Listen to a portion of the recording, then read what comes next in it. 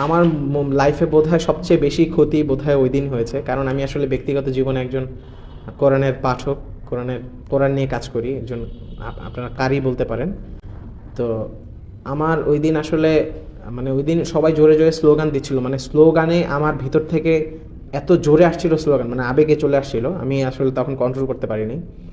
তো এত চিৎকার করে আমি ওই সময় ভয়েসের উপর হয়তো বেশি প্রেশার দিয়ে ফেলেছিলাম।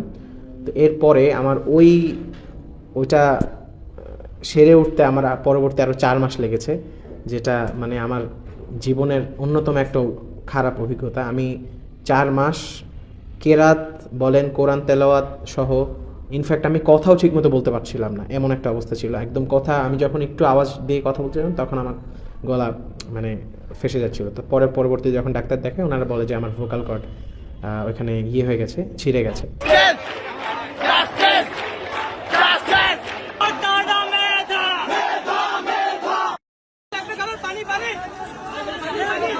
আসসালামু আলাইকুম রহমতুল্লাহি ওয়া বারাকাতুহু। আমি সাবাহ মুহতাদি আবিদ। তো 18 কিংবা 17 তারিখেই বোধহয় আমার প্রথম যাওয়া 10 নম্বরে সহপাঠীদের সাথে যাই। আমরা প্রথম যখন কোটা আন্দোলন সম্পর্কে যখন চারদিকে হই হুল্লোড়, তো তখন খুব সম্ভবত আমাদের পরীক্ষা চলে, ফার্স্ট ইয়ার ফাইনাল। তো এর মধ্যে কোটা আন্দোলন যখন গণ আন্দোলনের রূপ নিল, এর মধ্যে মানে স্বৈরাচার পতন আন্দোলনের রূপ নিল, তো তখন এর আগ থেকেই আমাদের মানে আন্দোলন চলাকালীন সময় আমার সহপাঠী যারা ছিলেন ক্লাসের, তো এরা তখন থেকে আন্দোলন মানে পরীক্ষার মধ্যেই পরীক্ষা দেখা যায় যে অল্প কিছুক্ষণ পরীক্ষা দিয়ে ওরা চলে যেত। তো এই বিষয়টা আসলে আমাকে খুব হার্ট করতো যে ওরা যাচ্ছে, আমি যাইতে পারতেছি না, বিষয়টা খারাপ লাগতো। তো এরপরেই বোধহয় খুব সম্ভবত 18-19 তারিখের দিকে তো আমাকে ওরা বললো যে এখন তুমি কি আমাদের সাথে যেতে চাও, আমি সহ আরও কয়েকজন ছিল। তো তখন তো আসলে বসে থাকা যায় না, চারদিকে যে অবস্থা ছিল, তখন আমার ছোট ছোট বোন বা ভাই যারা ছিলেন সবার উপরে নির্বিচারে সরাসরি গুলি করা হচ্ছিল। তো এমত অবস্থায় আর বসে থাকা যায় না। তো 18 কিংবা 17 তারিখেই বোধহয় আমার প্রথম যাওয়া 10 নম্বরে সহপাঠীদের সাথে যাই। তো আমরা শান্তিপূর্ণভাবেই, আমার যতদূর মনে পড়ে শান্তিপূর্ণভাবেই আন্দোলন করছিলাম 10 নম্বরে। তো হাত ধরেছিলাম একজন আরেকজনের, মানে জোড়ায় জোড়ায়, মানে দুজন দুজন করে এভাবে ভাগ হয়েছিলাম যাতে কেউ ছত্রভঙ্গ না হয়ে যায়। তো হঠাৎ করে সবাই বলতেছে টিয়ারসেল মারছে, টিয়ারসেল মারছে। তো তখন সবাই এত জোরে দৌড় দিছে, তো আমার আসলে মানে দৌড়ানোর অভ্যাসটা একটু কমই ছিল।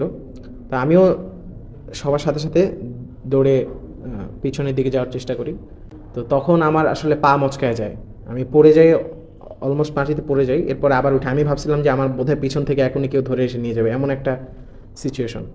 তো ওই পা মচকানো অবস্থায় আমাকে সাথে সাথে আরও দুজন ধরে নিয়ে বলে ভাই ঠিক আছে ঠিক আছে, এটা বলে বলে ওরা আমাকে সাথে নিয়ে তো একটা দোকানের কাছে যায়।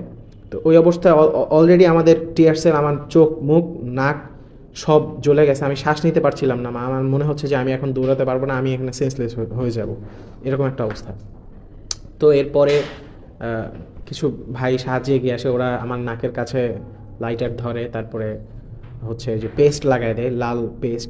তো এগুলা লাগানোর পরে অনেকক্ষণ পরে একটু যখন ভালো ফিল করতেছিলাম, তো এরপরে ওই পা নিয়ে মানে হাঁটতে পারছিলাম না আমি, এমন একটা অবস্থা। তারপরে আবার অনেকক্ষণ, বেশ ঘন্টাখানিক এরকম পাল্টা ধাওয়া, হ্যাঁ, পুলিশ ওদিক থেকে টিয়ারসেল মারতেছে, আবার সবাই পিছনে আসতেছে। মানে আমি তখন মানে মানুষের, ছাত্রদের আবেগগুলো মানে অনুধাবন করছিলাম, মানে এরা কেউ পিছু পা হচ্ছে না।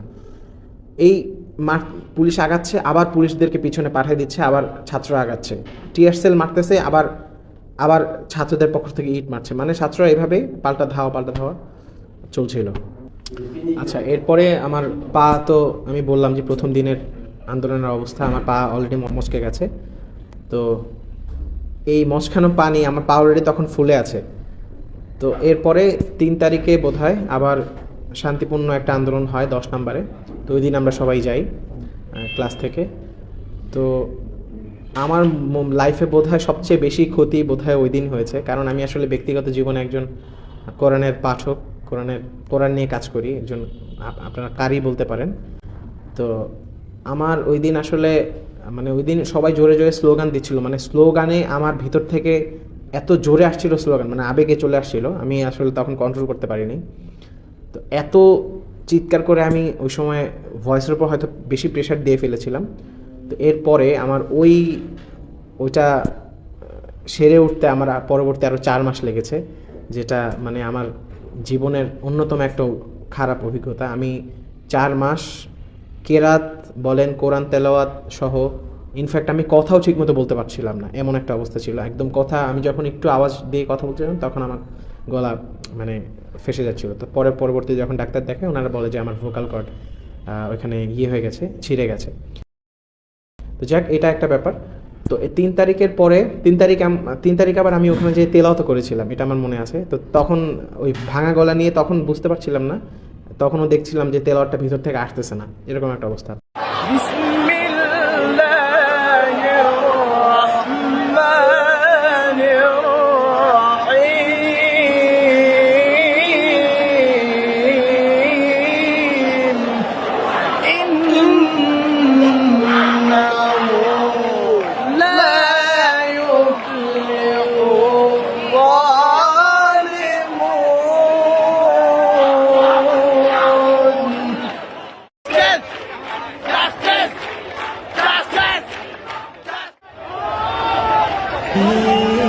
ঘেরা এমন